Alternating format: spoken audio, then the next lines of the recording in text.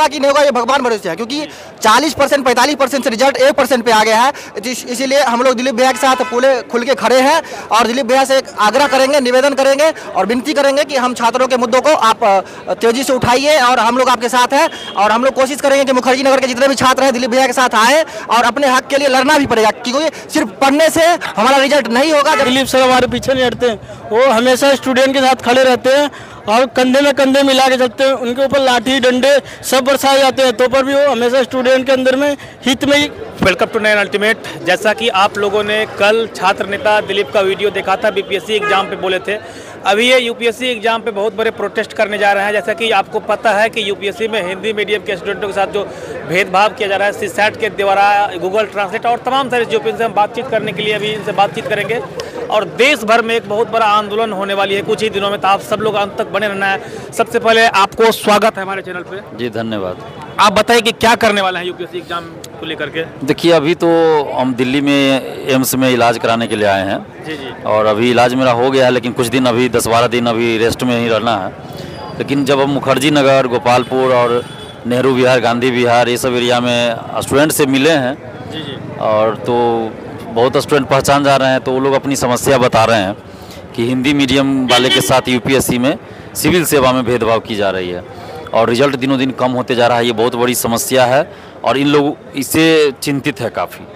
और ये तो हम लोग भी पहले से देखते आ रहे हैं कि इस तरह से हो रही है, लेकिन जब छात्र यहाँ मिलकर हमें अपनी समस्या बता रहे हैं तो हमें कुछ ज़्यादा ही तकलीफ महसूस हो रहा है। और हम तो यहाँ आए थे सिर्फ अपना इलाज कराने, लेकिन इन लोगों की समस्या को जानकर सुनकर मुझे बहुत तकलीफ़ हो रहा है कि जो लोग हिंदी मीडियम को लेके जगह जगह प्रचार प्रसार करते हैं, वोट वसूलते हैं और आज हिंदी मीडियम वाले के साथ देश के सबसे प्रतिष्ठित परीक्षा में ही भेदभाव हो रहा है, तो ये तो बड़ी दुख की बात है। कोई भी मीडियम हो, चाहे हिंदी हो, अंग्रेजी हो, बांग्ला हो, मैथिली हो, कोई भी मीडियम हो, उससे हमें मतलब नहीं है। सभी मीडियम अच्छा है, सभी के साथ समान व्यवहार हो। हम किसी एक मीडियम के खिलाफ या पक्ष में नहीं बोल रहे हैं, लेकिन अगर किसी एक भाषा को आप ये कर दीजिएगा कि हिंदी मीडियम से हैं तो इनको ज़्यादा ये नहीं कीजिए, रिजल्ट ही ना होने दीजिए, तो ये तो भेदभाव कहलाता है, तो ये तो गलत है। और आज सभी जानते हैं कि देश की राजनीति में भी हिंदी एरिया, हिंदी क्षेत्र जो है, हिंदी भाषी जो क्षेत्र हैं, राज्य हैं, उन्हीं का बोलबाला है। और जो अगर हिंदी भाषी क्षेत्र के लोग चाह लेंगे तो सत्ता परिवर्तन केंद्र में हो जाता है, तो ये और शुरू से होता आया है। और आज हिंदी भाषी क्षेत्रों के साथ ही इस तरह से संयुक्त राष्ट्र संघ हो या कहीं भी आप देखिएगा विदेशों में कहीं भी अगर हिंदी में कोई बोल दे, देश के प्रधानमंत्री या देश के कोई भी अधिकारी, तो उसकी वाहवाही पूरे देश में और महिमा मंडन होती है। लेकिन यहाँ यूपीएससी में आप हिंदी मीडियम वाले के साथ भेदभाव कर रहे हैं, तो इस पर आवाज़ किसी का क्यों नहीं खुल रहा है। जब मैं यहाँ आया हूँ दिल्ली, तो कब से मतलब आप लोग प्रोटेस्ट की शुरुआत करने जा रहे हैं और क्या क्या मतलब आपकी मांगे होगी। देखिए यूपीएससी को लेके कुछ मांगे हैं, जैसे कि सबसे पहले तो भेदभाव बंद हो हिंदी मीडियम वाले के साथ और रिजल्ट में बढ़ोतरी हो। सीसेट जब से लाया गया है 2011 से पहले देखिए तो 40-45% रिजल्ट होता था हिंदी मीडियम वाले का। सीसेट जब से लाया गया 11 में, उसके बाद धीरे धीरे कमते गया 4%, 3% और अब 1% पे आके लटक गया है। तो ये भेदभाव बंद हो। और एक्स्ट्रा अटैम्प्ट को लेके भी चल रही है बात, जैसे कोरोना के चलते प्रभावित हुए, सीसेट के चलते प्रभावित हुए, तो एक्स्ट्रा अटैम्प्ट दिया जाए। तो ये मुद्दे हैं। और भी जो मुद्दे होंगे वो तो छात्र ही बताएंगे, स्टूडेंट्स बताएंगे हमें। छात्रों से भी मैं थोड़ा सवाल हाँ, छात्रों से हम बातचीत अभी कर रहे हैं। और अभी अब देख ही रहे हैं कि मेरा चेहरा पूरा सूजा हुआ है, फुला हुआ है। एम्स आए थे आप इलाज कराने? हाँ, एम्स इलाज कराने आए हैं, तो अभी ज़्यादा हम बोल भी नहीं पा रहे हैं। तो अभी 10-12 दिन 15 दिन हम ज़्यादा बोल भी नहीं पाएंगे, तो इसलिए जो भी चीज़ होगा 15 दिन के बाद ही कर सकते हैं। और 12 फरवरी को बीपीएससी पीटी है और भी जगह एग्ज़ाम है, शायद उत्तराखंड का है या फिर शिक्षक से संबंधित कुछ एग्ज़ाम वगैरह है, तो 12 फरवरी के बाद ही ये संभव होगा और उचित भी होगा। तो छात्रों से हम राय ले रहे हैं, छात्र जैसा बोलेंगे, स्टूडेंट्स जो यूपीएससी अभ्यर्थी वो जैसा बोलेंगे वैसा हम करेंगे उनके लिए। और जहाँ भी छात्र हित की बात आएगी वहाँ उनके साथ हम खड़े हैं। और जितने भी शिक्षकगण हैं, कोचिंग संचालक है दिल्ली में या कहीं भी, उनसे भी हम हाथ जोड़कर विनती करेंगे कि आप सुधारों के लिए कम से कम प्रयास कीजिए। जो भी यूपीएससी में आप सिर्फ कोचिंग चलाने से कोई फायदा नहीं होगा। मान लीजिए हिंदी मीडियम का रिजल्ट ही नहीं होगा तो फिर कोचिंग करके स्टूडेंट क्या करेंगे? दो चार टॉपर होना तो अलग बात है। दो चार तो होगा ही, दो चार अगर टॉपर हो गए, आप रिजल्ट देखिए ना कितना हो रहा है। अगर 800 सीट है तो उसमें हिंदी मीडियम वाले का फाइनल सिलेक्शन कितने का हो रहा है, ये आप देखिए। तो सुधारों की बात होनी चाहिए। जिस तरह से बीपीएससी में सुधार हुआ, हम लोगों ने आंदोलन किया, तो यूपीएससी में भी सुधार होना चाहिए। और जितने भी शिक्षकगण हैं, कोचिंग संचालक है, उनसे हम विनती कर रहे हैं कि आप लोग भी रिफॉर्म्स की बात कीजिए, सुधारों की बात कीजिए। सिर्फ सिलेबस पढ़ा देना, ख़त्म कर देना, 1.5 लाख 2 लाख फी ले लेना या 7,500 में बैच शुरू कर देना, इससे समस्या का समाधान नहीं होगा। समस्या का समाधान होना चाहिए, उसके लिए आप सुधारों की बात कीजिए। आप कोचिंग चलाते हैं, चलाइए, उसके लिए हमें कोई ऑब्जेक्शन तो कभी रहा नहीं है। आप छात्र हित में भी थोड़ा बात कीजिए, सभी से हम आग्रह कर रहे हैं, विनती कर रहे हैं। गूगल ट्रांसलेट पे आप क्या कहना चाहेंगे? और ये तो बड़े दुर्भाग्य की बात है ना कि आप हिंदी मीडियम में परीक्षा ले रहे हैं, तो हिंदी मीडियम में हिंदी भाषा में जो शब्द इस्तेमाल हो रहा है उस शब्द का इस्तेमाल कीजिएगा ना, कि गूगल ट्रांसलेट कीजिएगा आप। तो ऐसा नहीं होना चाहिए ना। जो ये हम लोग भी जब एग्जाम देते थे यूपीएससी का, उस समय भी हम लोग को भी ये समस्या झेलनी पड़ी थी। हम लोग की जब यूपीएससी की पूरी तैयारी हो गई तो सीसेट ला दिया गया, उसके चलते हम लोग बाहर हो गए। तो हम लोग तो उस समस्या से खुद जूझे हैं। तो आगे इस समस्या से न जूझना पड़े युवाओं को, देश भर के युवाओं को, तो इसके लिए तो कभी ना कभी प्रयास करना पड़ेगा। तो अभी ज़रूरत है कि आखिर कब तक हम लोग सहते रहेंगे, कब तक इस तरह से चलते रहेगा। आप देश के कोने कोने से दिल्ली में आते हैं तैयारी करने, लेकिन 1.5 साल 2 साल में तैयारी हो जाती है। उसके बाद पता चलता है कि यूपीएससी में, सिविल सेवा में खास के, हिंदी मीडियम से रिजल्ट ही नहीं हो रहा है। तो कितना भी आप पढ़ लीजिए, क्या कीजिएगा? अगर 800 सीट में 600 सीट में 5 से 10 रिजल्ट हो रहा है, तो फिर पूरे देश से सिर्फ हिंदी मीडियम का 5 से 10 रिजल्ट हो रहा है, तो फिर आप क्या कीजिएगा पढ़ के? ऐसा थोड़े कि तैयारी करने वाले सभी बेवकूफ़ हो गए, ऐसे का मतलब ये तो नहीं हुआ। मतलब ये है कि आप सिलेक्ट नहीं होने दे रहे, जानबूझकर एक जो है मानसिकता काम कर रही है, एक विचारधारा काम कर रही है, जो कि हिंदी मीडियम वाले को सिलेक्ट नहीं होने दे रही है। तो उस विचारधारा को बदलना पड़ेगा, उस जो मानसिकता है उसको बदलना पड़ेगा, और यूपीएससी में हिंदी मीडियम वालों के साथ भेदभाव बंद हो, इसके लिए एक जोरदार आंदोलन की ज़रूरत है।